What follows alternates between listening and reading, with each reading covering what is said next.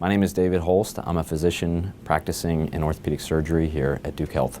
I specialize in adult reconstruction, which has to do with reconstruction of the hip and knee joints, and primarily what that means is, from a surgical standpoint, doing hip replacements or knee replacements or revisions or redos of failed or painful hip or knee replacements.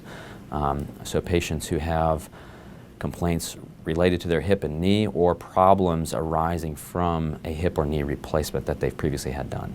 Primarily, we see patients who come in with pain, and that pain has affected their quality of life, has diminished their function, or has started to impact negatively any number of areas of their life that they previously found enjoyable.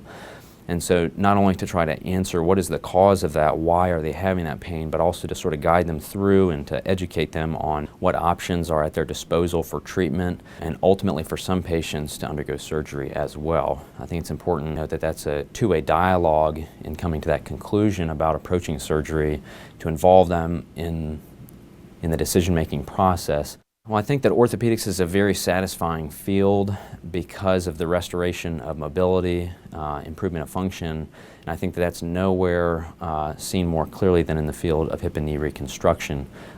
With hip and knee replacements, you see very immediate transformation in the quality of patients' lives, people getting back to doing things that they previously loved to but were unable to because of pain.